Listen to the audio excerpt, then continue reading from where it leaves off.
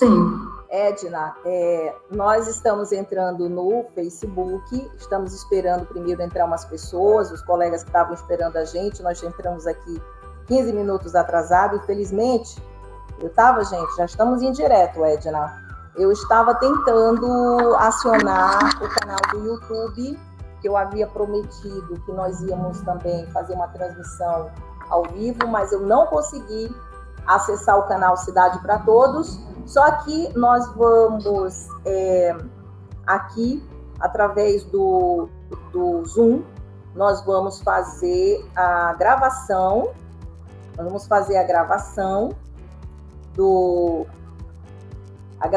dessa live, tá? Então, depois a gente faz uma edição, pessoal, e aí a gente coloca no Cidade para Todos, lá no canal do YouTube, temos condições de fazer aqui uma edição, tá? Então, boa noite, Eurípides, boa noite a nossa convidada, a pessoa aqui que vem falar com a gente, bater um papo sobre educação para o trânsito. Uma matéria tão batida e tão importante, mas que, vez por outra, por algum motivo, a gente volta e tem que voltar sempre, não é, Edna? Porque educação é algo que tem que ser um processo permanente, a gente tem que dar continuidade, não é uma coisa só de campanha, mas de todo o tempo, de todo o momento. Então, Edna, fala um pouco aí, a Edna Lara, da BH Trans, pedagoga da BH Trans, que está aqui para bater um papo com a gente, viu? Marcelo Cássio, David Rodrigo, já está entrando aqui. Vamos lá, Edna, vamos conversar. Primeiro, quem é a Edna Lara, o que é que ela faz dentro desse contexto da educação da BH Trans. Fala um pouco da BH Trans, fica à vontade, vamos lá, começando. Boa noite, Maísa. Boa noite a todos. Muito obrigada por esse convite. É um prazer vir nesse momento refletir, discutirmos sobre esse tema valioso que é a educação para o trânsito. Agradeço em nome da BH Trans, em nome da nossa gerência de educação para a mobilidade, e é mesmo sensacional a gente abrir o tempo nesse ciclo de debates, de matérias que eu tenho acompanhado, as lives que você está tomando a iniciativa de fazê-las, discussão excelente, e fiquei muito feliz com esse espaço aberto para a educação para o trânsito. Eu sou pedagoga, eu sou formada pela Universidade Federal de Minas Gerais, sou ex-professora sou professora aposentada da Rede Municipal de Educação de Belo Horizonte, foram 25 anos lidando na educação de jovens e adultos. E há 15 anos, ingresso para o concurso público, estou na gerência de educação para a mobilidade da BH Trans. Bem, posso continuar? Sim, aí essa é o teu perfil de trabalho. Como é que foi, assim, a tua entrada na BH Trans? Como foi que você ingressou? Você já ingressou no setor de educação? Você se engajou por conta de algum projeto daquele momento? Como é que foi? Saiu um pouquinho falho, mas você perguntou sobre o meu ingresso na BH Trans. Sim, em que contexto, né? Você entrou logo no setor de educação? Assim, foi para o concurso público. Quando eu fiz o concurso, a vaga era para pedagoga na gerência de educação. Então, eu entrei para a gerência direto, né? Eu estava sendo esperada mesmo, já aguardada, e foi minha primeira experiência lidando com a educação para o trânsito. Eu tinha experiência enquanto formação de professores nas escolas da rede municipal, professora da EJA, mas ingressei na educação para o trânsito em 2005, direto na gerência, e lá estou. Como é que a BH Trans, ela atua e ela pensa em termos de educação para o trânsito? Como é que é a política de vocês de trabalho, a forma de vocês pensarem em educação para o trânsito numa cidade de 3 milhões de habitantes como Belo Horizonte, né? Enfim. Ok.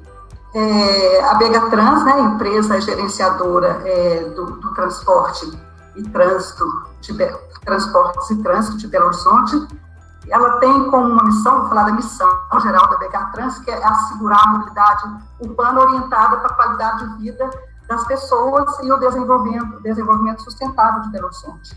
Dentro da BH Trans, né, como eu já disse, nós temos a GEDUC, nossa Gerência de Educação para a Mobilidade, e é responsabilidade da nossa gerência o planejamento, a implantação e execução de campanhas e projetos de caráter educativo e para a divulgação de medidas de segurança no trânsito. E aí, quando a gente fala em educação, da existência da nossa gerência e a existência de diversos órgãos no país inteiro, muitas pessoas empenhadas na educação para a mobilidade, a gente pode começar dizendo que Belo Horizonte tem políticas para a mobilidade, para a sustentabilidade, né, uma mobilidade sustentável, e eu vou falar um pouquinho desse viés, né, que é a educação para o trânsito, importantíssima para a gente ter uma harmonia nos 3 S, né, do sistema aí de trânsito. Quando a gente fala da importância da educação para o trânsito, a gente começa dizendo, posso citar como respaldo legal o capítulo 6 do CTB, onde fala aí do direito que todos têm à educação de trânsito. Mas consideramos muito mais importante que as leis para nos respaldar na educação de trânsito, a gente ter essa certeza da educação, da força que ela tem, dessa força transformadora da realidade, né? Assim, uma das grandes possibilidades na batalha aí pela preservação da vida é a educação para o trânsito. E por quê, né? Por que acontecem tantos acidentes? Nós sabemos que muitas e muitas vidas são perdidas diariamente.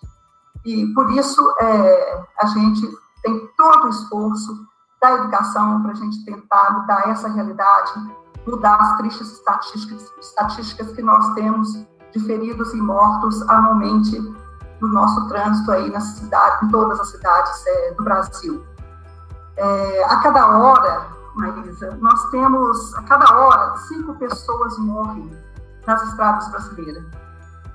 Infelizmente, é um número triste de 37 mil mortes e 180 mil feridos anualmente. E ainda, para cada pessoa que morre, nós temos 4 pessoas que ficarão com sequelas permanentes.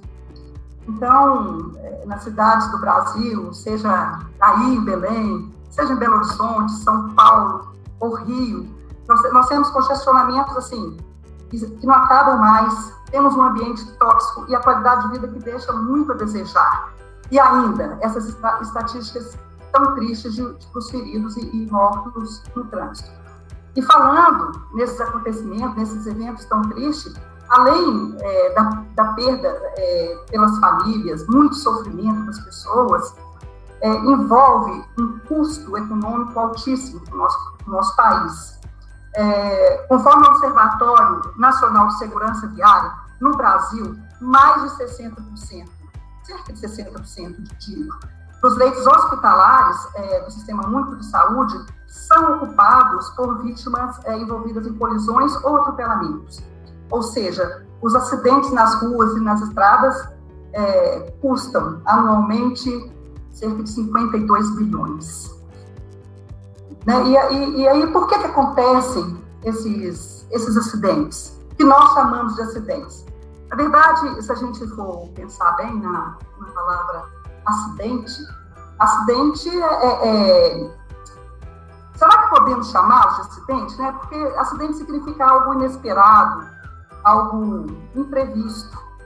E não é inesperado, não é imprevisto que aconteça alguma coisa de ruim se eu estiver dirigindo e falando ao celular ao mesmo tempo, digitando texto no celular, se eu ingerir bebida alcoólica e dirigir. Ou seja, será mesmo acidente? A gente, tudo é fruto de nossas escolhas, porque se é previsto, é evitável. A maioria desses acidentes, né, desses eventos aí que chamamos de acidente, 90% ocorrem por falhas humanas.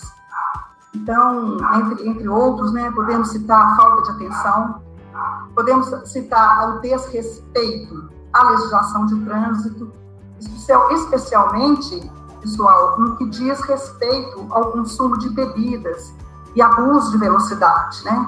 Então, a gente percebe alguns traços no dia a dia com as pessoas na mobilidade, né? Muitas pessoas, infelizmente, com irresponsabilidade, a agressividade presente, o egocentrismo, né? A intolerância, enfim, todos esses sentimentos que acabam levando aos eventos aí que chamamos de acidentes de trânsito.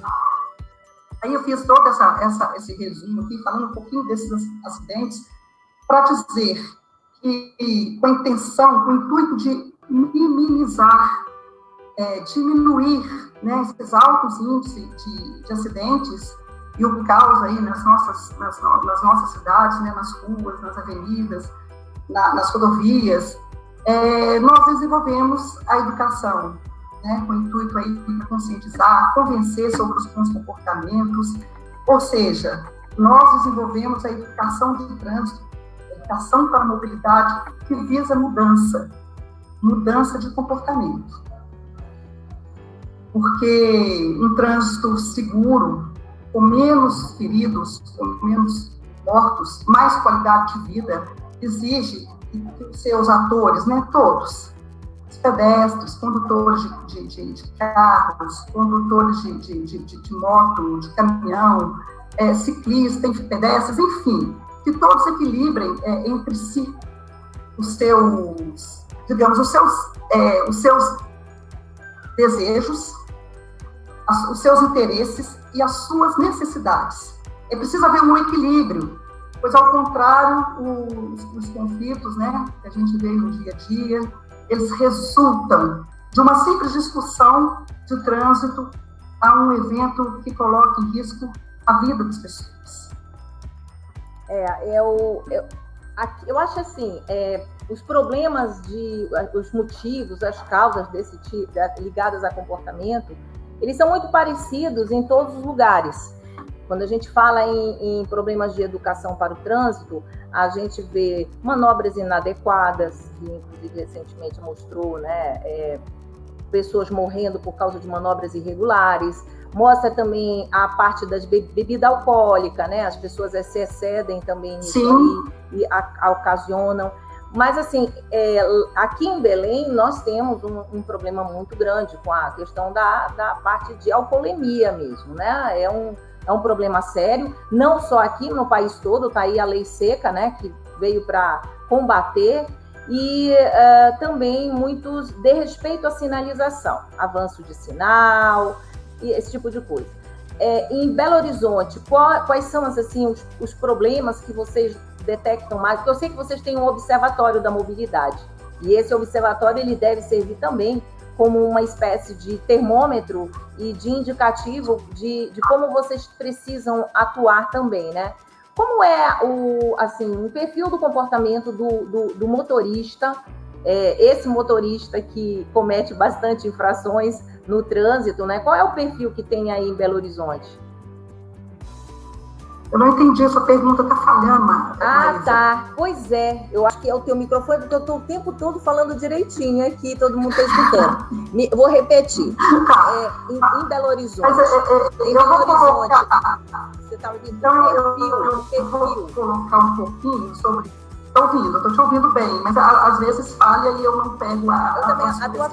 Mas eu acho que eu vou te contemplar quando eu falar um pouquinho de como, aqui em Belo Horizonte, nós desenvolvemos a educação para a mobilidade, o que é que nós buscamos alcançar, o que tem sido feito. Eu ouvi aí você dizer a respeito da lei seca, né? Nós estamos aí completando, se não me falha, 2008, né? A lei seca, são 12 anos, e a gente pode perceber, sim, que houve uma diminuição no número dos acidentes, de lá para cá, mas ainda temos um longo caminho aí pela frente. E nós, da BH Trans, Marisa, pensamos muito, fazemos um investimento grande na educação, desde a infância até o ensino médio e educação em várias frentes em Belo Horizonte. Vou resgatar um pouquinho a história da educação do trânsito, só para a gente se situar, ver nesse processo como é que a gente está desenvolvendo a educação para a mobilidade e o porquê de procedermos de maneira a pensar nessa criança lá da educação infantil como um sujeito que atua e modifica a sua realidade, não somente quando ele, porque senão ele vem a ser mesmo um motorista, um condutor de moto, ele vem a ser alguém que pode, sim, com esses comportamentos, tem exemplos que todos os dias, da bebida, do celular, da falta do uso do cinto de segurança, etc. Então, vou resgatar um pouquinho a história da educação para chegar onde nós fazemos e como que é o nosso conceito, como desenvolvemos nossas metodologias aqui em Belo Horizonte, pela Vegatrans.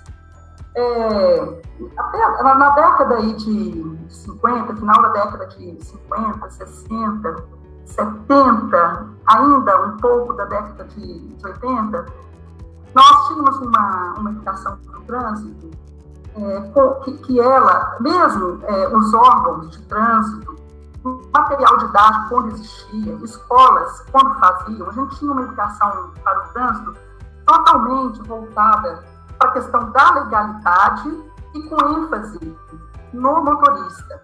Então, na verdade, quando faziam-se pistas, né, e davam carrinhos para as crianças se educarem para o trânsito, havia aí um conceito, era uma metodologia, uma prática educativa que, na verdade, reforçava muito essa, como é que a gente fala, né?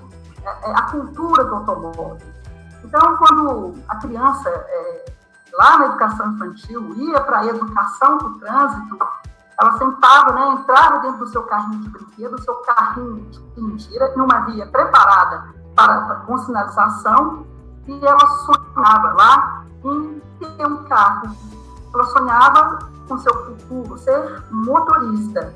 Então, hoje a gente, a partir da década de 90, um novo olhar sobre a educação do trânsito chega.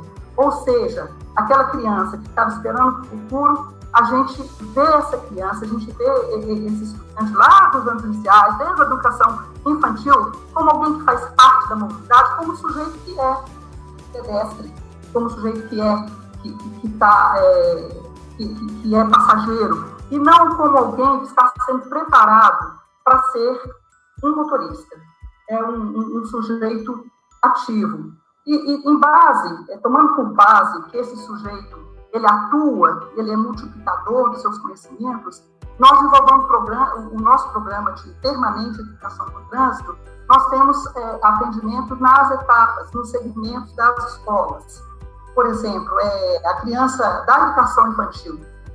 A nossa educação acontece em várias frentes, né? Da educação infantil, ensino fundamental 1, ensino fundamental 2, ensino médio, formação de professores e também as intervenções, as ações educativas que fazemos nas empresas de Belo Horizonte, nas ruas pela cidade. As crianças de ensino fundamental 1, nós abordamos o conceito de mobilidade, já estimulando, né, desde a infância dela, uma visão mais crítica para a utilização racional e segura dos meios de transporte, refletindo sobre o seu papel mesmo de pedestre. Então, por que nós investimos na criança? A criança, ela não sendo trabalhada numa perspectiva de futuro, e sim uma perspectiva de presente, ela é uma multiplicadora. É claro que se elas são educadas agora, né, enquanto crianças, nessa perspectiva mesmo de valores, né, de respeito, de solidariedade, de empatia, é claro que isso vai influenciá-la no futuro. Se a gente não crê na educação como influenciadora, nem precisávamos ser educadores, mas a educação, sim, só que não somente para o futuro, né? Mas ela como multiplicadora e ela não somente como motorista, né? Se ela vai ser motorista no futuro, se vai ser condutor de moto, se vai ser ciclista, se vai ser só pedestre, enfim, não interessa. Nós preparamos essa criança para aprender nessa perspectiva de valores e para ser multiplicadoras. Nós sabemos que as crianças, elas têm muito gosto em aprender. O menino lá começa, né? Mesmo em casa, a gente traz também, a gente chama atenção para a responsabilidade pelo papel da família, sabendo que essa criança vai ter esses valores norteadores na sua vida fora. E quando a gente aposta nela como multiplicadora, quem é que não pode dizer, né, de uma criança que fala, pai, olha-se segurança, mãe, vai atender o telefone enquanto está no celular, não corra. Então, assim, essa criança multiplicadora, ela é uma aliada também nesse momento da sua infância, ela é uma multiplicadora. Então, a gente tem esse nosso programa, a gente desenvolve, utilizando como uma estratégia, a arte-educação. Então, a gente apresenta um espetáculo circense com essas abordagens que eu já coloquei. Dessa forma, vocês trabalham na escola, né, Edna? Como é que é a intervenção? Tem uma pessoa me perguntando isso aqui. Como é que vocês fazem trabalho com as crianças? Você falou assim, tem as crianças, tem os jovens, tem os adultos. Como é que a BH Trans interage dentro da escola? Você já acabou de falar aqui, né? Você tem esse trabalho aí de teatro, é um teatro que vocês desenvolvem? Alguma coisa? É um programa? Uma estratégia. A estratégia é o teatro. Então, por exemplo, as crianças menores, nós temos o espetáculo circense, elas vão para um espaço lá da sede da nossa empresa. Esse espaço simula uma cidade de verdade, onde a gente traz todos os elementos e contemplamos todo o contexto da mobilidade urbana. Não é a criança mini motorista, é uma criança ativa, que atravessa na faixa, que compreende que quando não tem a faixa, onde é que eu atravesso, enfim, todos os comportamentos seguros para ela já nessa idade, porque nós sabemos que nessa idade ela é acompanhada pelos pais. Então, apostamos nessa criança enquanto uma multiplicadora. Então, essa linguagem tem que ser adequada, é uma linguagem para a faixa etária delas, e a gente usa o lúdico, com certeza, o tempo todo, e é muito interessante ver o entusiasmo delas, porque a gente sabe que ela está aprendendo os conceitos. E aí, depois a criança vai lá para o ensino fundamental. Esse momento de ensino fundamental, final do ensino fundamental, é o momento que nós retornamos e reforçamos os conceitos com elas. Nesse momento já há um aprofundamento de mobilidade e sustentabilidade. Reforçamos o olhar crítico, né? A ocupação dos espaços públicos. E esses encontros já ocorrem na escola, quando o estudante está saindo no 8º ou 9º ano. São 50 minutos de ação, de interatividade, os atores estão presentes, os agentes de trânsito, né? Um técnico de educação, um técnico em trânsito e transporte, presente na escola, vai com um processo com eles bastante dialógico. Porque nessa idade, a gente sabe como é difícil prender a atenção dos meninos aí de 12, 13 anos, então precisa ser muito atrativo. Então, de novo, utilizando a arte educação, utilizando o teatro, mas nesse momento com uma linguagem muito deles, né? A gente vê como eles se comunicam, a gente faz isso com eles, quais são os seus símbolos, para chamar a atenção e para dizer dos comportamentos no trânsito, para fazer essa discussão de sustentabilidade e de uma cidade com uma qualidade de vida melhor. A gente precisa discutir isso com os estudantes. E a gente faz de forma interessante para aprender a atenção deles. Isso aí, depois se alguém tiver uma dúvida, pode perguntar com os estudantes aí do 8º, 9º ano. Agora, no ensino médio, nós temos um programa que é o Jovem em Mobilidade. Aí nós buscamos tornar esse jovem consciente da sua responsabilidade na construção de uma cidade com mais qualidade de vida, mais humana e com um trânsito mais seguro. Além de incentivarmos, né, atitudes de respeito e solidariedade, a gente já faz uma discussão mais ampla com ele, porque esse jovem que está saindo do ensino médio com 15, 16, 17 anos, ele tem a pretensão da Carteira Nacional de Habilitação. Então, esse é o momento da gente conversar com ele um pouco sobre isso também. Quando um jovem lá do ensino médio opta, fala assim, vou tirar um CNH, quer seja para dirigir um carro ou para pilotar uma moto, é importante a gente discutir com eles a sua opção por tirar uma CNH. Houve uma reflexão da parte dele, uma consciência das reais necessidades que ele tem de deslocamento, ou será que é só para cumprir, para passar, né, é um rito de passagem para a vida adulta, e significando aí status, tá? E a cultura do automóvel colocada novamente, significando poder, significando coragem, liberdade. Então, qual é a escolha que ele faz para ele e para a cidade? Quais são as consequências das suas atitudes, né? E a gente ressalta para os estudantes que a gente não está proibindo de forma alguma que ele tenha um carro ou que ele tenha uma moto, que ele seja motorista. A gente quer discutir com ele, dizer para ele que eles podem se tornar condutores ou não, podem continuar enquanto pedestres, ciclistas. Esse momento também é muito bacana para a gente discutir os modos de deslocamento, mobilidade, os modos ativos, né? E falamos dessa responsabilidade pelo coletivo, responsabilidade com a cidade, pela sua vida e a preservação da vida do outro também. E nesse programa do ensino médio, a gente, para solidificar a produção de conhecimento por parte deles, a gente promove anualmente um concurso de vídeos. A produção desse concurso de vídeos, os melhores vídeos, eles são premiados e eles são amplamente divulgados pelas redes sociais. Por que nós fazemos isso? Para dar oportunidade das reflexões continuarem na escola, porque o programa é feito na escola, né, em todos os segundos anos do ensino médio, e para que ele continue discutindo, e não só isso, o vídeo que ele faz, ele se torna um multiplicador da educação para a mobilidade. Então, é muito interessante, e nós estamos já faz 10 anos com esse projeto do Jovem Mobilidade nas escolas da rede pública e da rede privada aqui em Belo Horizonte. Além, né, passando... Eu ia te perguntar uma coisa, né? A gente que viaja, que tem experiência lá para fora, é impressionante como as pessoas têm, assim, aqui no Brasil, dizem assim, mas isso é lá fora, aqui no Brasil não funciona. O motorista aqui no Brasil, ele é diferente, não vai dar certo isso, não vai dar certo aquilo, né?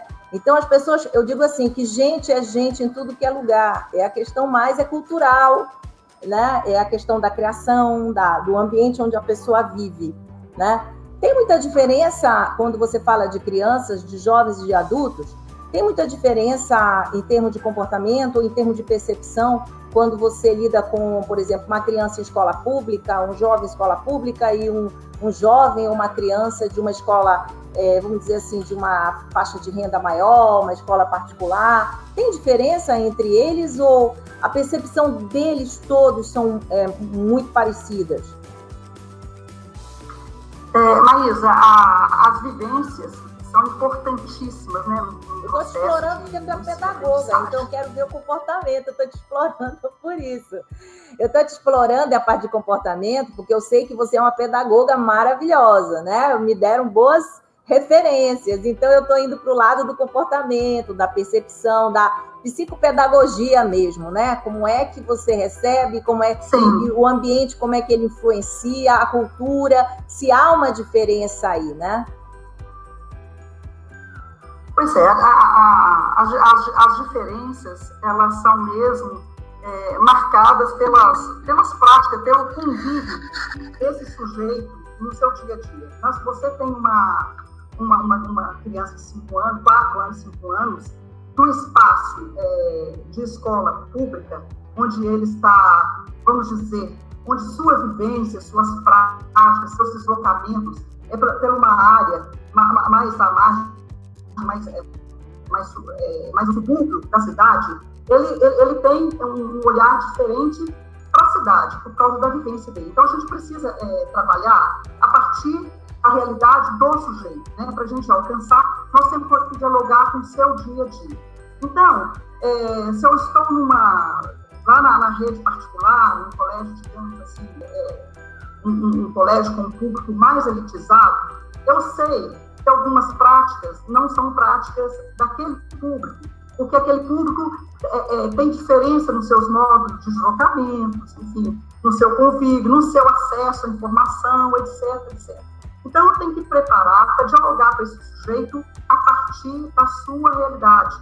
Então, você vai dialogar com uma pessoa, um estudante lá da Zona Sul, um estudante lá de um outro lado, não tão privilegiado em termos de equipamentos de segurança nas vias, em termos de sinalização, em termos de oferta, né, de modos de transporte, enfim, de utilização que ele faz, um usa mais o transporte coletivo, o outro usa mais o transporte individual, enfim, há diferenças e a gente precisa dialogar com a diferença, tratando todo mundo, né, incluindo, ninguém deixa de estar incluído nos benefícios, no que tem que ser justo na mobilidade urbana, mas os comportamentos do sujeito são influenciados, né, com certeza, pelo seu meio, e a gente precisa levar sentido, né, na educação. Tudo que fazemos na educação, o professor sabe muito bem que se não dialogarmos com o que faz sentido para o sujeito, ele não vai aprender. Então, eu não sei se eu entendi bem a sua pergunta, mas a gente desenvolve essas metodologias, a gente conversa, a gente faz o diálogo a partir de onde ele está, da percepção que ele tem da mobilidade, do seu convívio, enfim, é preciso mesmo estar andando coladinho, de estar junto, dialogando com eles, né? Quando a gente vai, por exemplo, para o ensino médio, a gente precisa escutar o pensamento dele, o que ele acha da mobilidade, quais as vantagens e desvantagens de cada modal de transporte. O estudante, ele fica, está aí querendo tirar a carteira, ele fica pensando que a moto vai ser muito bom para ele, que ele vai ter agilidade, é mais econômico, ele gasta menos combustível, é mais fácil para comprar, etc, etc. Mas, e aí, como está mais exposto, né, aos acidentes de trânsito, como é ele mesmo, se ele não tem uma proteção do veículo, então tem as desvantagens no modal também. Então, o diálogo precisa atender a expectativa dele, enquanto sujeito que é atuante, que faz parte, né, que quer, em qualquer modalidade, quer como pedestre, ciclista, enfim. Como é que ele vê, como é que ele se desloca pelo espaço público? Edna, vocês possuem algum programa? A gente sabe que um tempo atrás foi aprovado em legislação de que os motoristas com penas leves e médias poderiam participar de palestras, de alguma coisa em termos de programa, e com isso não a questão da pontuação na carteira, né, seria, vamos dizer assim, retirada, entre aspas, tá? O que você acha dessa... Porque, assim, o Código de Trânsito, ele foi em 88, obviamente, já está na hora aí de dar uma revisada, né? O que você acha, do ponto de vista do Código de Trânsito, alguns aspectos que você acha que ainda precisam ser aperfeiçoados para melhorar o processo educativo? E, enfim, no caso aí dessa situação do que foi determinada, eu não sei se já foi suspenso isso, que eram as penas leves e médias, que poderia participar de um programa, o órgão poderia estabelecer, vamos dizer assim, um programa para que os motoristas fossem, vamos dizer assim, beneficiados no sentido de dar pontuação, né? Enfim, você acredita numa recuperação de um infrator contumaz? Né? Aquele que tem 20, 30, 40 multas, ele paga as multas e continua, mas você acredita que é possível a gente recuperar um motorista infrator contumaz? Devem ter muitos aí, porque aqui nós temos muitos. Temos, assim, uns famosos já, né, em cometer infrações, eles já fazem aquilo ali naturalmente. Se vier multa, paga, né? Enfim, é muito difícil, né? Você pegar um adulto já com todos os vícios e sair para fazer a pessoa pensar, né? Infelizmente, já aconteceram situações aqui que as pessoas só foram pensar quando perdeu um filho num acidente de trânsito, quando perdeu alguém muito próximo. é que a pessoa se toca, né? Porque ela pensa assim, comigo não vai acontecer nada, né? Então, estou só comentando com você porque foi muito polêmica essa legislação, né? De certo benefício, tolerância, né? Com quem é infrator de trânsito. Porque também o processo educativo, ele tem a parte da advertência, ele tem a parte da conscientização, mas também tem um aspecto punitivo. Isso aí, né, a gente não pode deixar de falar também, né? Com certeza. Nós acreditamos na educação, mas eu acho que, pessoalmente, essa coisa de ter 20 pontos, 40 pontos na carteira, isso só muda precisa mudar o comportamento do sujeito. Então, em muitos casos, como você mesmo disse, Maísa, o sujeito que pensa comigo não vai acontecer, ele não tem consciência do papel dele, do que ele está provocando.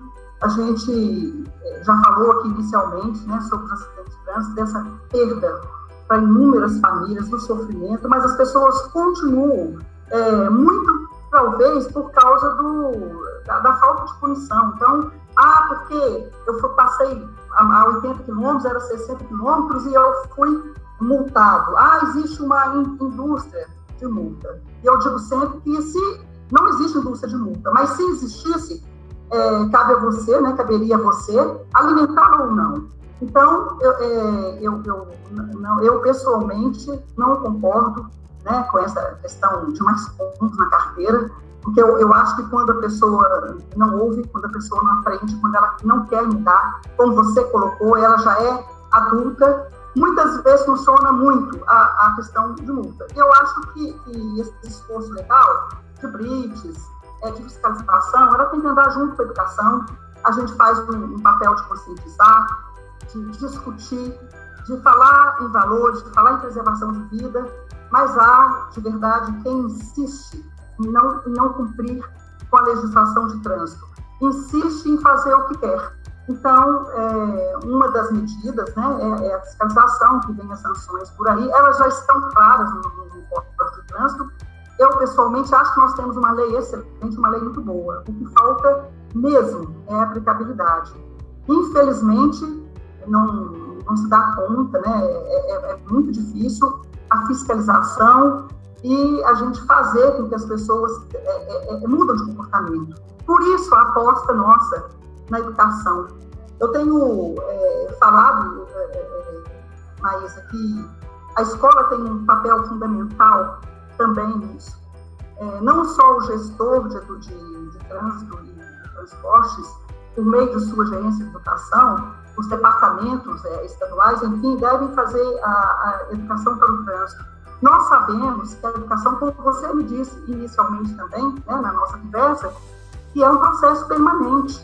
E não adianta eu para saber, tem pessoas, muita gente, que só sabe alguma coisa de trânsito, alguma coisa em relação à segurança, de normas, quando vai lá tirar a sua carteira de motorista. Na verdade, não passa por um processo formativo que deveria ser ao longo da vida. Não deveria ser em momentos estanques. Então, nós temos uma outra ação, que é a formação de professores. Essa formação de professores, ela acontece lá na escola. E eu estou sempre lembrando aos professores o seguinte, que, infelizmente, né, os PCNs, né, não elegeram o trânsito enquanto uma matéria obrigatória. Uma matéria obrigatória não é mesmo. O tema trânsito ele não foi eleito enquanto um tema transversal.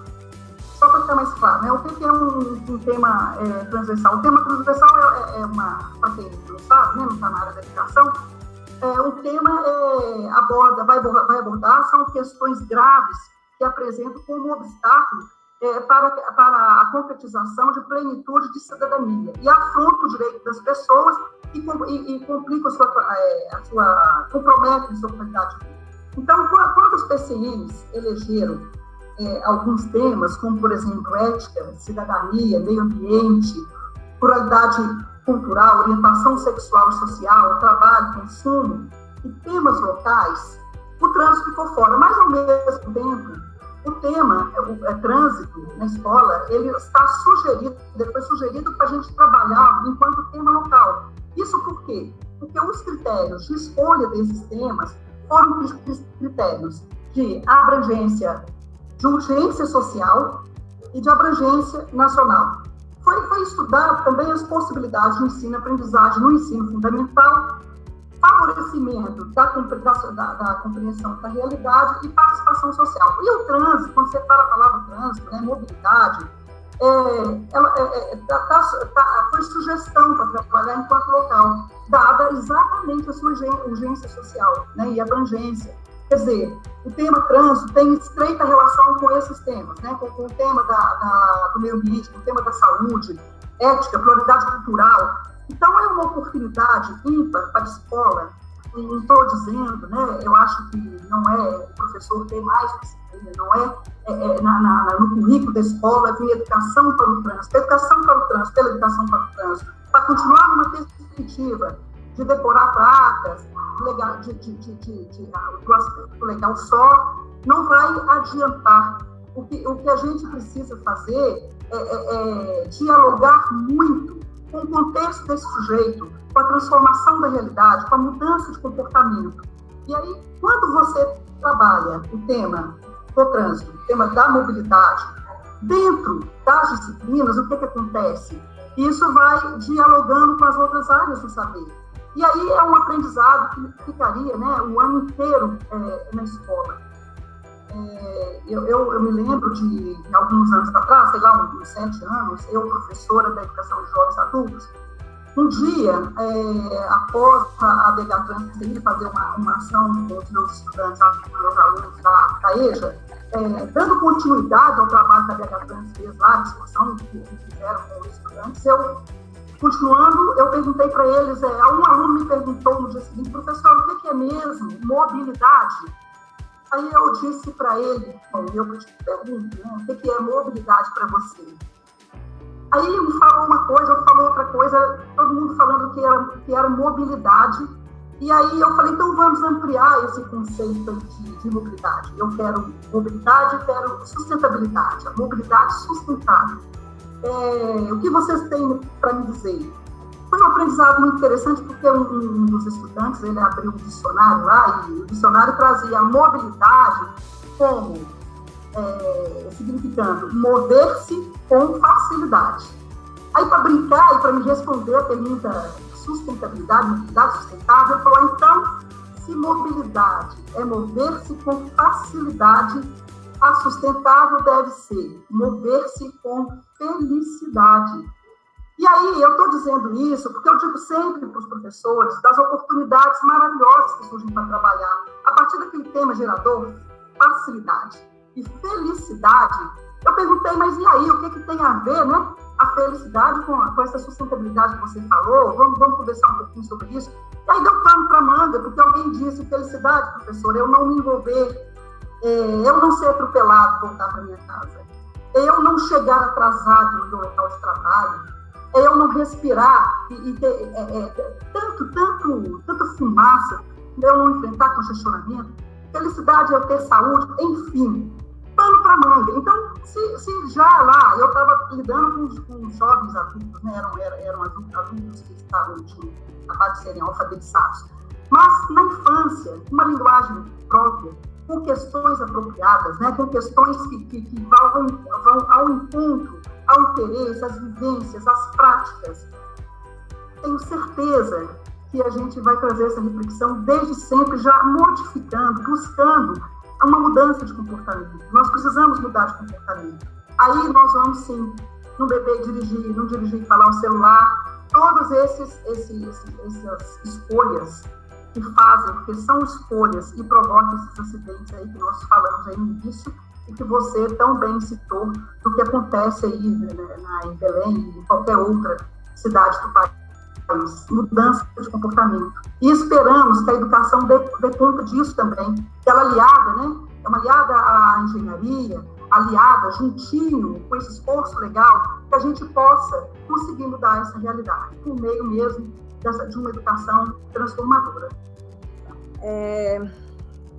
eu vejo quando eu tive a oportunidade, né, de estar na gestão, sendo na área da mobilidade urbana, fui gestora de mobilidade urbana em Belém, e as pessoas esperam do setor de educação um resultado muito imediato. Elas esperam que o setor de educação, com 2, 3 palestras, ela já mude completamente as pessoas. Não entendem que de todas as tarefas que se faz dentro de no meu caso foi uma secretaria, uma autarquia de trânsito e transporte, é a tarefa mais difícil e a mais incompreendida. Por quê? Porque é um processo. Como é um processo, você tem que entender que educação para o trânsito, ela faz parte da própria política de educação do município.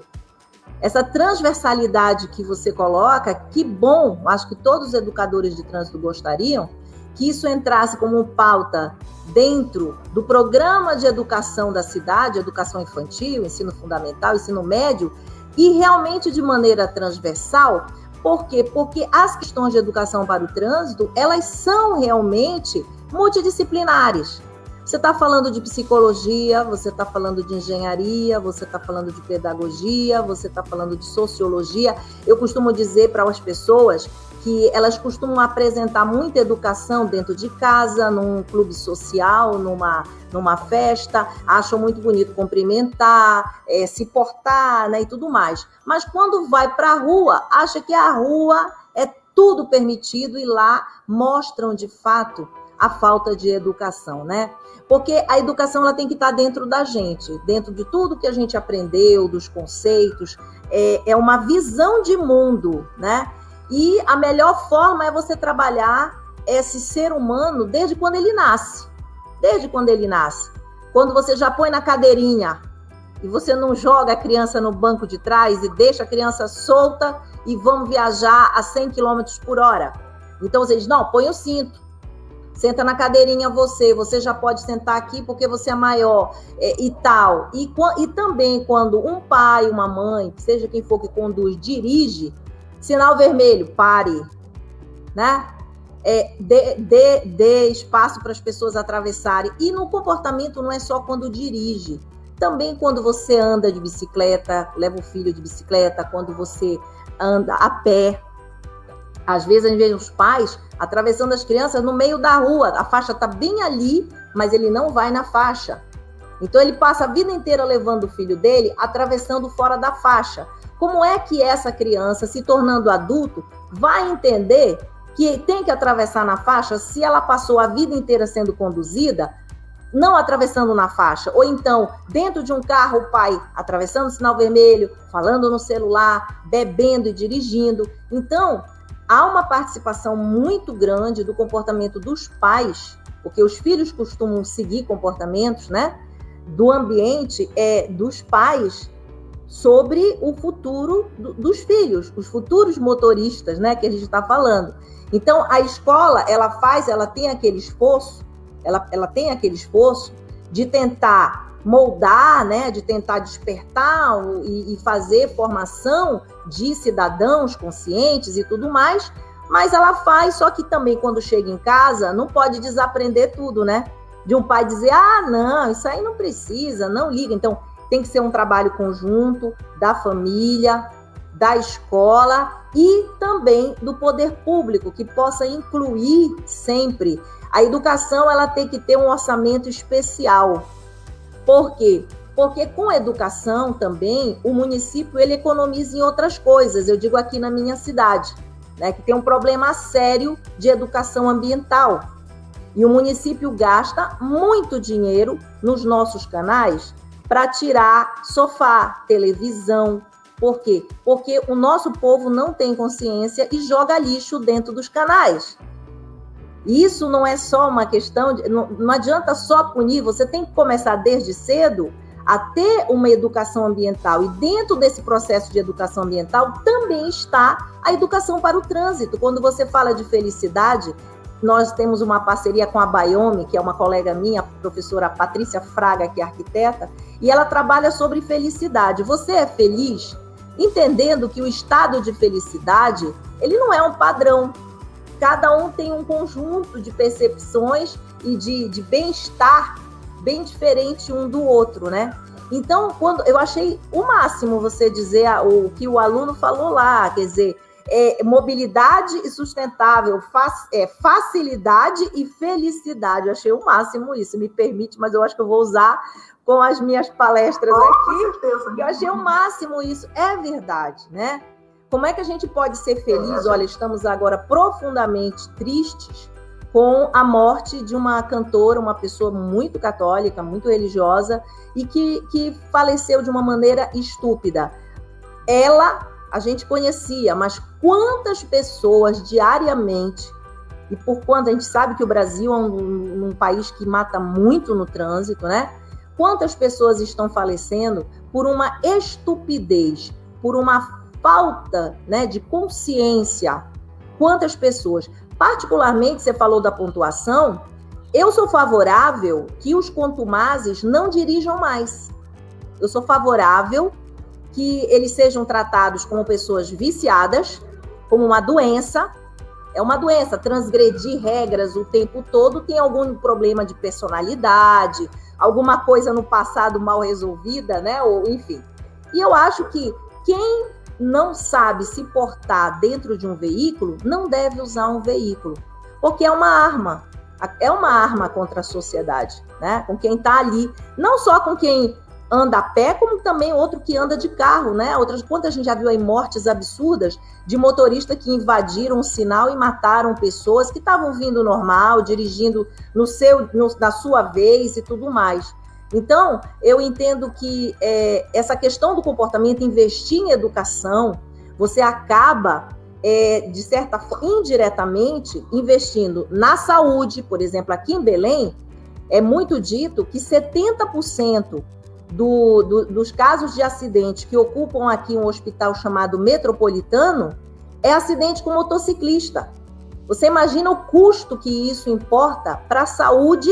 E mais do que isso, essas pessoas ficam inválidas. As que ficam inválidas, não estou falando nem as que morrem, mas as que ficam inválidas, que vão passar o resto da vida, né, tendo que se tratar, ficam imobilizadas, entram em depressão, às vezes são arrimo de família, a família tem que se estruturar novamente por causa de um acidente como esse. Eu orientei já algumas dissertações falando sobre o pós-acidente, quanto isso muda a vida das pessoas, e não muda a vida só dela, muda a vida da família toda. Depois que acontece, não adianta se arrepender. Depois que acontece, que você vai para uma cadeira de rodas, que você complica a sua vida e a vida de quem vive com você, não adianta mais você se arrepender. Tem que se arrepender antes, fazer um exame de consciência, como é que eu estou dirigindo, como é que eu estou fazendo as coisas.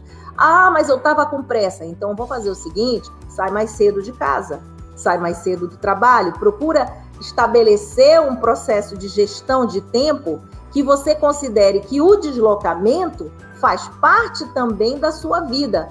As pessoas às vezes querem ser assim, que nem, sabe aquele desenhinho da Ginny e um Gênio, assim, pá, abri aqui, tô ali, e trata o deslocamento como algo que tivesse que ir voando, né, um tempo perdido. Mas, na verdade, esse tempo perdido pode significar vidas perdidas, inclusive a própria, né? Então, assim, eu vejo muito a questão do comportamento dentro do trânsito como uma situação mais sociológica, eu falo mais sociológica. Como o indivíduo se relaciona com as pessoas, ele acaba projetando isso também no ambiente de trânsito. Se ele é agressivo em casa, ele vai ser agressivo no trânsito. Se ele sem receber, sem admitir regras, ele é criado sem regras, como é que ele vai aceitar as regras de trânsito, né? Então, eu particularmente, Edna, eu sinto muito que saiu da nossa grade curricular uma coisa que eu tive oportunidade de cursar, que foi, talvez não aquele padrão, porque eu fui criança no período da ditadura, mas eu sinto falta de educação moral e cívica, eu sinto falta de aula de cidadania, do respeito, porque o cidadão, quando você trabalha a questão de cidadania, você posiciona o ser humano no lugar que ele tem dentro da sociedade, nos seus direitos e nos seus deveres. E eu sempre costumo dizer que uma marca dos países civilizados é que o ser humano primeiro aprende, desde criancinha, os seus deveres. É primeiro aprender dever. A gente vê o pessoal cobrando muito direito, mas antes de você ter direito, você tem que cumprir o seu dever. E ninguém quer cumprir dever. Eu não estou dizendo que generaliza, mas tem muita gente que nem reconhece dever. Ele tem direito. Mas quando você vai falar no dever, ele não posso. Então, quer dizer, se você não cumpre seu dever, como é que você quer ter direito? Então, eu digo também que no ambiente de trânsito é um espaço, do ponto de vista sociológico, muito especial, porque você lida com pessoas que você não conhece. Você não tem relação afetiva, familiar, de parentesco, né? Mas você tem que pensar que aquela pessoa que está do seu lado, que trafega, seja numa faixa de travessia, numa bicicleta, num ônibus, num carro, ela tem família também, ela tem uma vida, ela é uma pessoa produtiva, é um pai, é uma mãe, é uma filha que saiu para trabalhar, que às vezes sustenta a família. Cada um dentro do ambiente de trânsito tem uma história para contar. Tem uma vida, se está ali é porque tem necessidade. As pessoas se deslocam, a não ser para lazer e turismo, mesmo assim tem um objetivo, elas se deslocam porque elas precisam desenvolver suas atividades. Então, se a gente está num ambiente de trânsito que, por natureza, o espaço é escasso, aí a gente vai falar do nosso amigo lá, o Eduardo Vasconcelos, você deve conhecer na área de trânsito o Eduardo Vasconcelos, né? O espaço é escasso. Se nós temos um espaço físico escasso, o que a gente tem que fazer? Esse espaço é de todos. Nós temos que nos comportar com educação, dar direito de passagem, né? Atravessar quando tiver que atravessar, onde atravessar. Avançar, não. Vamos esperar o semáforo abrir. Vamos agir com gentileza no trânsito. A gentileza é muito importante porque demonstra que você é uma pessoa educada. E essa é uma característica dos trânsitos civilizados, dos ambientes de trânsito civilizado, a gentileza. Ser gentil dentro do trânsito é muito importante, tanto quanto dentro de uma festa você dizer bom dia, boa tarde, boa noite, se despedir, é também etiqueta, né? Se as pessoas querem dessa maneira pensar. Então, eu digo que o ambiente de trânsito é uma forma muito interessante de você mostrar a sua educação e a sua generosidade enquanto ser humano com outro ser humano. De se importar, às vezes, eu vejo que tem motorista que não tem paciência, quando atravessa um cadeirante numa faixa, um idoso, que ele vai devagarzinho, que tem aquele ritmo, às vezes até abriu o semáforo. Mas eu fico parada.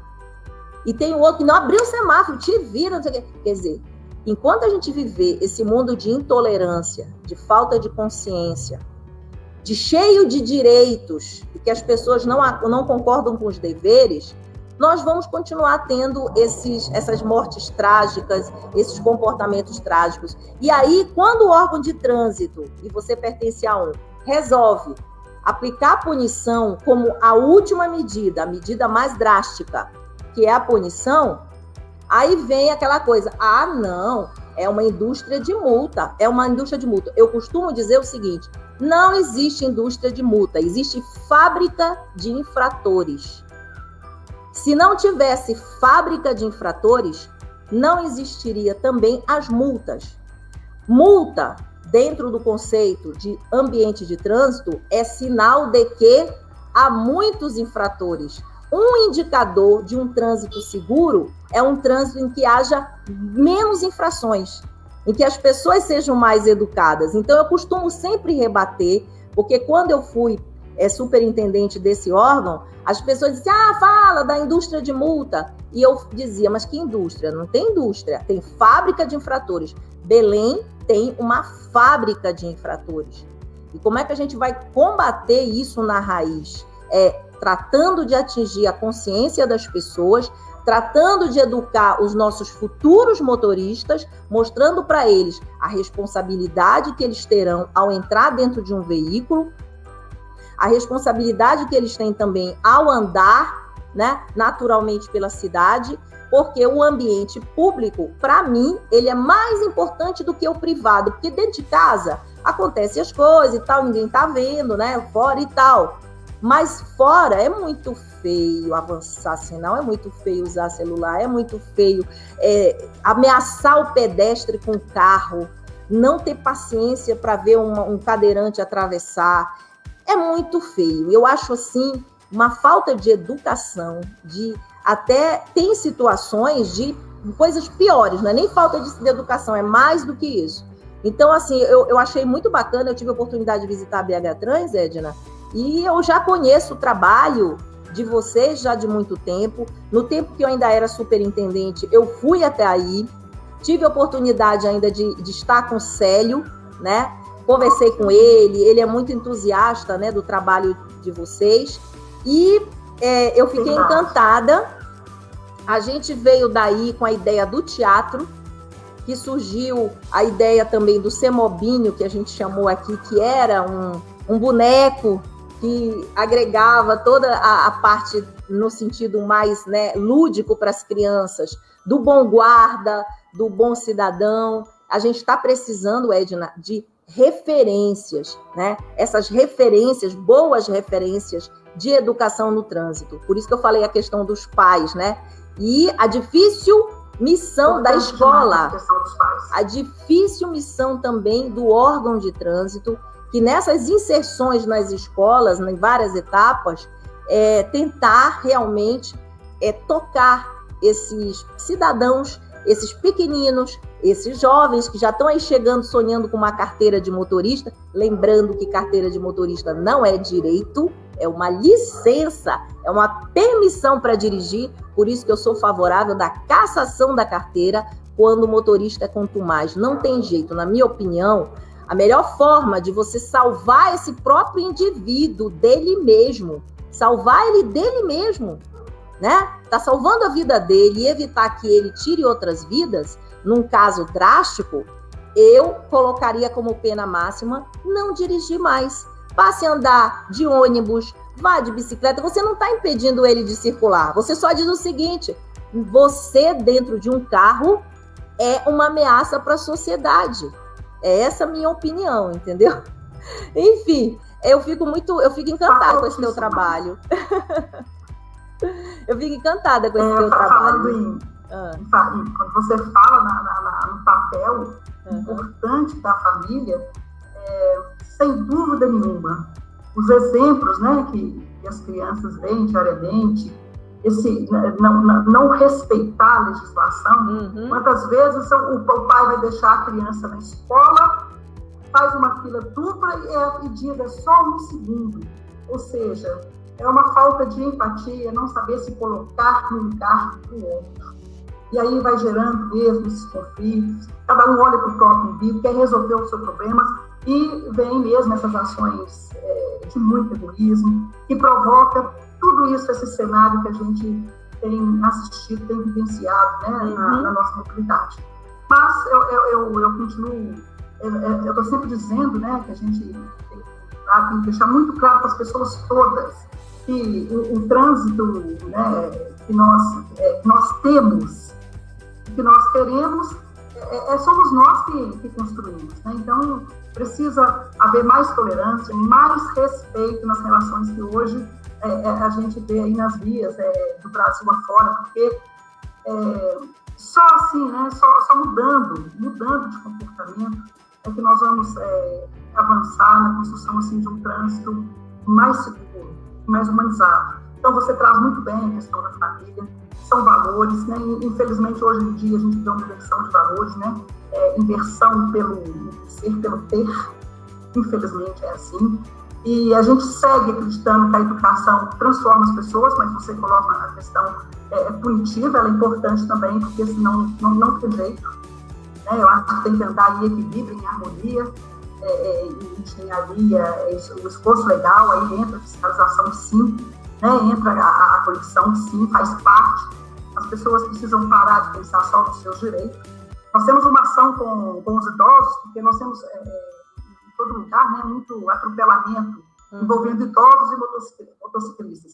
E a gente diz, ele tem direito sim, mas ele tem o dever de se manter vivo, o dever de se cuidar, o dever, não é porque eu tenho direito, eu vou atravessar fora do lugar, eu vou fazer o que eu quero, né? Eu preciso de dever, né? Eu preciso também respeitar o outro nesse lugar que é de conflito, nesse lugar que precisa ser harmonioso para que dê certo, porque senão vai continuar dando errado. Pois é, eu acho que a gente tem que acertar. Inclusive aqui o Carlos Antônio é uma das pessoas que pensam dessa maneira da história da indústria de multa, né? Ele pergunta se a CEMOB tem meta em relação às multas, os agentes tinham que multar e tal.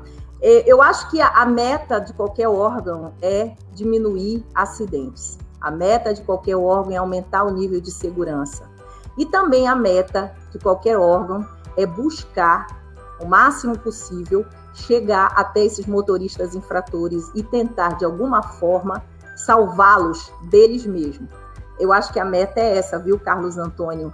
E é lamentável que as pessoas elas joguem sobre o órgão de trânsito um problema que é delas.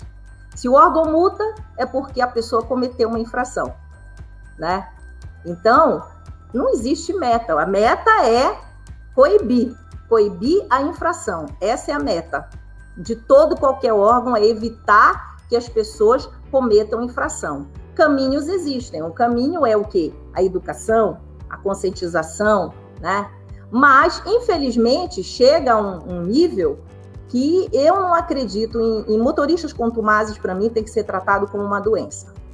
E alguma coisa a pessoa tem, não é normal, sabe?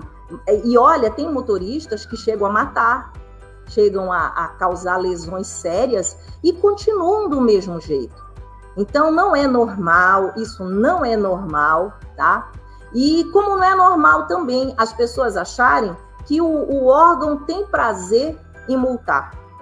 Porque um órgão que dirige uma cidade, que você tem uma fábrica de infratores e que você não consegue transformar isso, não deixa também de ser um fracasso para a educação, porque a gente percebe que a gente não consegue chegar à consciência das pessoas, né? Não consegue chegar. Eu acho que isso é interessante, sabe? A gente colocar, porque há esse tipo de, vamos dizer assim, de visão distorcida. Mas, olha, eu acho também que fiscalizar, punir, nunca foi muito agradável, né? As pessoas não gostam de ser punidas.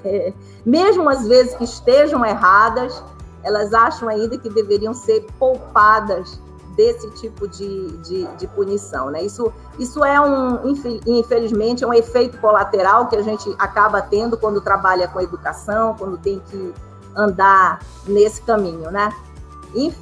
Eu acho que penso assim, é o lado amargo do educar, como também um pai em relação ao filho. Nenhum pai gosta de punir um filho. Faz no sentido de poder tentar ajudar, né? Tentar ajudar. Eu sempre coloquei que a punição, ela é a última instância. Como também na educação, desde dentro de casa, a gente procura o diálogo sempre. Procura conversar, procura mostrar, né? Mas, infelizmente, tem pessoas que não aceitam, pessoas que não conseguem se entender, né? E não conseguem entender que precisam mudar.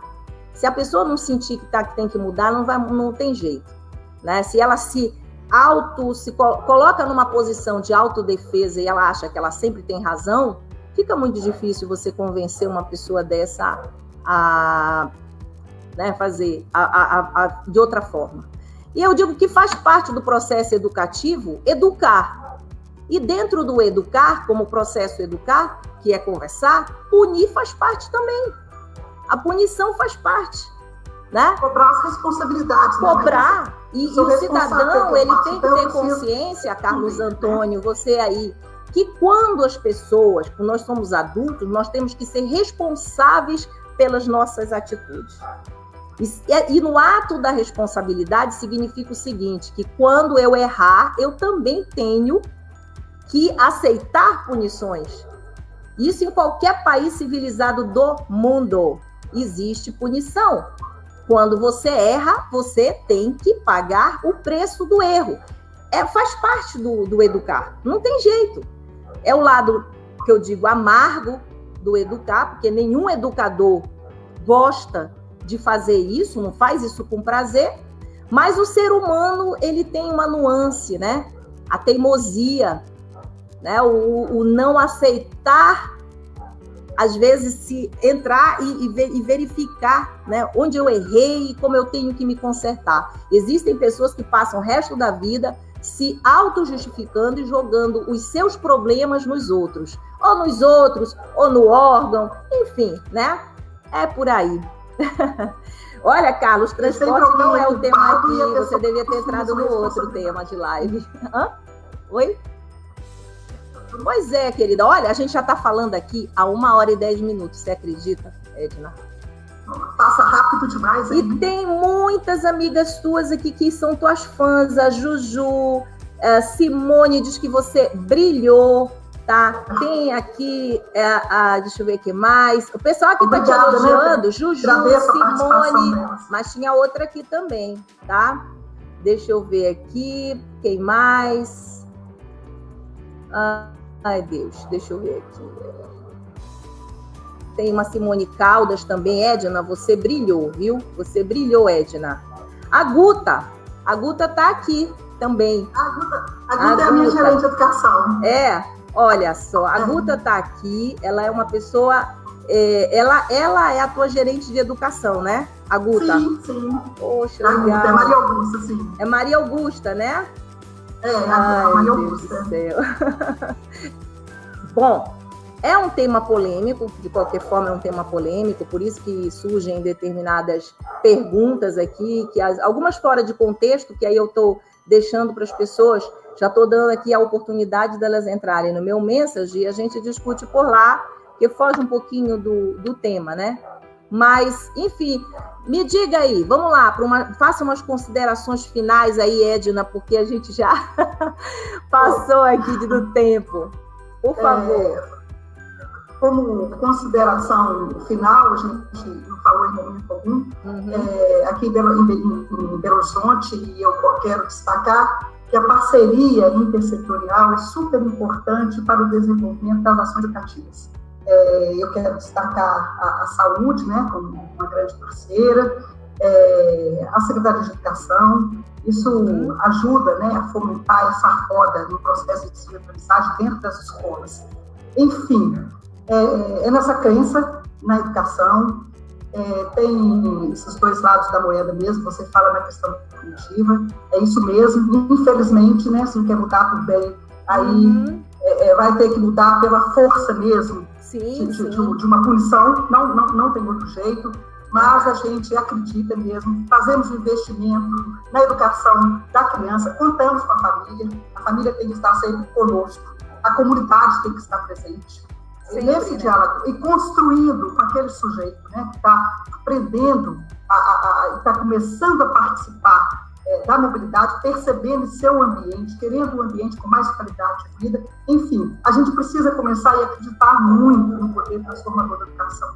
E ao investimento na educação, precisamos investir mais ainda, eu acredito muito, e a gente vai encontrar aí meios de melhorar, de conscientizar, de dizer que o bom comportamento, que a obediência à legislação, que a empatia, que a ética, que a cidadania, tudo isso, num conjunto, pode sim transformar essa realidade que nós temos. E a gente tem visto que a gente tem conseguido algumas mudanças, né, Maísa? É claro que não é só por causa da educação, mas a educação, dentro desse processo de mudança, ela é muito interessante, ela é fundamental, e a gente acredita aí nessa construção de uma cidade com mais qualidade de vida, de uma cidade melhor para todos e com a participação de todos. Seja lá qual for o papel que a gente desenvolve naquele momento, no espaço público, que a gente tenha consciência, que a gente se coloque no lugar do outro, que a gente tenha mais humanidade, mais amor pelo outro. Eu acho que esse espaço público, eu sei como é colocado, Eduardo Rousseff fala muito desse espaço, você citou também, desse espaço de conflito, né? Onde os interesses se divergem, onde as necessidades são muitas, há de se chegar no equilíbrio, e a gente acredita que a educação tem muito a contribuir para equilibrar essas relações sociais no espaço público.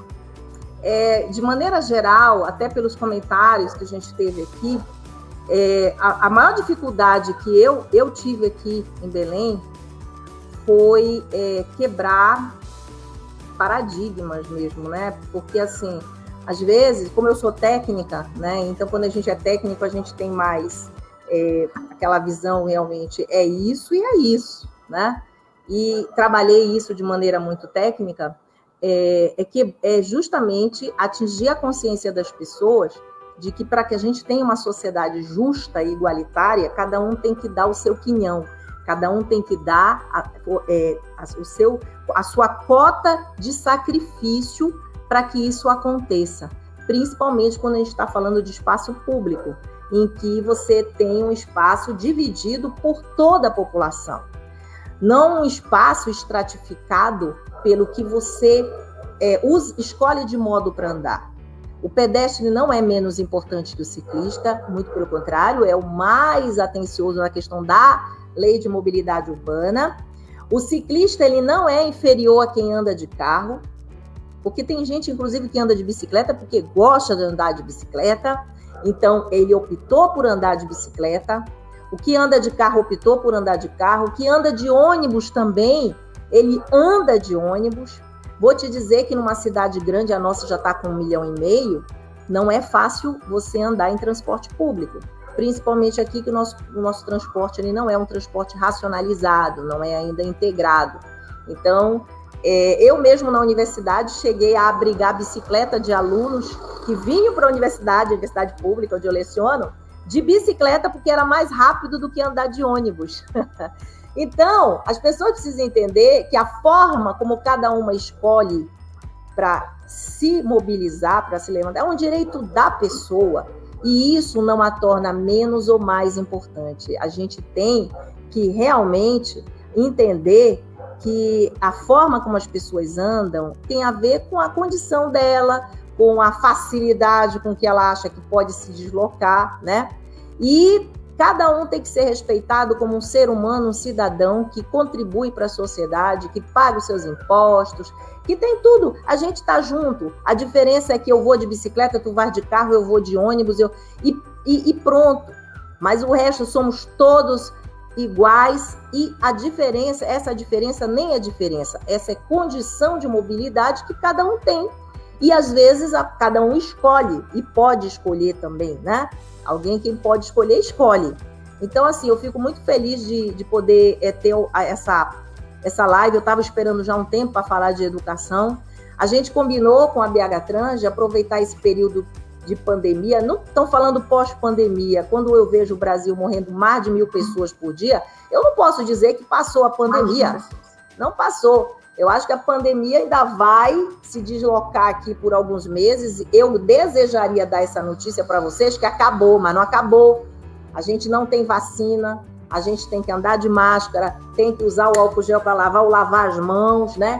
Então, aí a gente combinou com a BH Trans, combinamos lá, começando pelo Daniel, de a gente fazer uma série de lives que pudesse contribuir, não só aquelas lives só para bater papo, para jogar conversa fora, mas por que a gente não aproveita essa oportunidade para a gente conversar, por exemplo? Está sendo gravado, isso aqui vai ficar gravado, as pessoas podem assistir em outro momento, podem só escutar. Por que a gente não aproveita para acumular conhecimento aqui, para que isso possa ecoar, não só com quem está assistindo, mas com outras pessoas que não puderam assistir, que vai lá para o YouTube, que fica no Facebook, e a gente continua contribuindo para a sociedade melhor do que ficar enclausurada de pijama assistindo não sei nem o quê, porque a televisão já não tem muita coisa para ver, né? E aí eu quero agradecer a você, Edna, quero agradecer a Guta aqui, né, que é a sua gerente, né?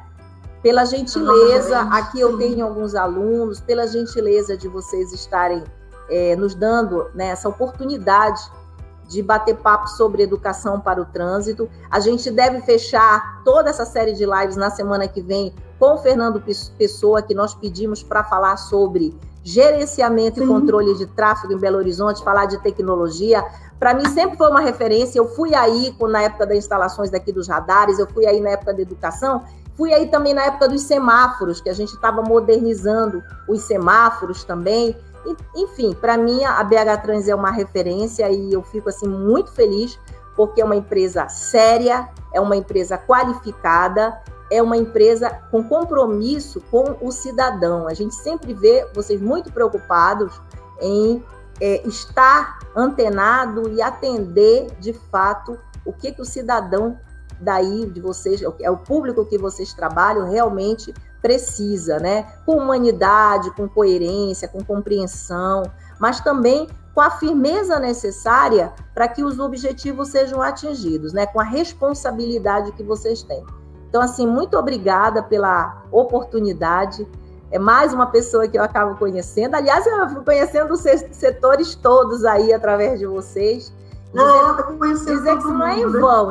Isso aqui vai ficar guardado, depositado num canal do YouTube chamado Cidade para Todos, e dizer para vocês que a gente tem esse lado que a gente gosta muito. Eu sou professora de Engenharia de Tráfego na Universidade Federal do Pará, além de uma outra disciplina chamada Transporte, Mobilidade e Cidadania, né? Então, é uma mistura, né? Acaba vendo um pouco de cada. E eu fico muito feliz de poder ter conseguido trazer vocês para essa participação aqui e ter esse documento todo aí para a gente trabalhar também didaticamente falando, tá? Enfim, é isso, Edna. Nossa. Obrigada mesmo, viu? E a gente fica feliz. Obrigada, Marisa. Nós agradecemos. Tá? Nós agradecemos porque nós não podemos parar, né? Não. Nossa, bacana demais a gente poder falar, fazermos essas reflexões. E aí a ideia dessas lives, né, com conteúdo, com prestação de serviço, com reflexões tão importantes, eu acho assim, que foi muito bacana a ideia. Eu tenho acompanhado, acho que estamos trazendo uma contribuição, estamos discutindo com todo mundo, achei assim muito válido e quero agradecer por nos oportunizar, né, esses momentos aí de discussão e de abrangência. Tá certo. Então eu vou agora agradecer, assim por alto, eu faço sempre uma corrida aqui agradecendo o pessoal, a Rosimeire Reichmann, a Heloísa, a Roselena, Rosileia, Rejane Calazans, obrigada, Edna, foi muito boa a sua explanação. Itanael Lopes, tá bem a Rejane aqui, a Aguta que falou, Aguta, obrigada também, viu? Um dia a gente se conhece quando eu passar aí por Belo Horizonte. Excelente live, a Rosileia, a Marina Linhares, parabéns pela live, alto nível, Marcelo Mena Vanderlei, obrigada, meu amigo, fez engenharia civil comigo, meu colega. Juju, obrigada, Juju, professora aí de BH, tá? Só elogios para você, hein? Tá bom? Deixa eu ver o que mais aqui, a Leide Dayana, falando aqui daqui de Belém, das experiências, Tanael também, parabenizando, ótima live, Juju, obrigada, viu? Além disso, aqui nós temos o Benício, sugerindo transporte público. Benício, a gente tem aí alguma ideia, vamos ver o que a gente vai fazer, porque transporte público a gente já fez 2 lives de BRT, de transporte público, de vários sistemas, dos transportes complementares. Vê lá no canal Cidade para Todos, tá? Eu vou talvez falar agora sobre financiamento. Okay. Olha, tem também aqui a Paula Maria, parabéns pela palestra, Edna, tá?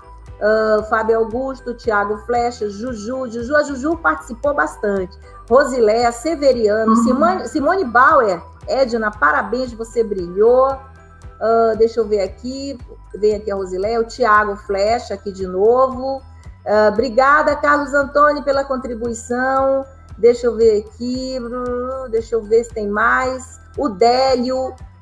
Gente, é muita gente, olha, foi um sucesso aqui, hein? Melissa Matsunaga, tá?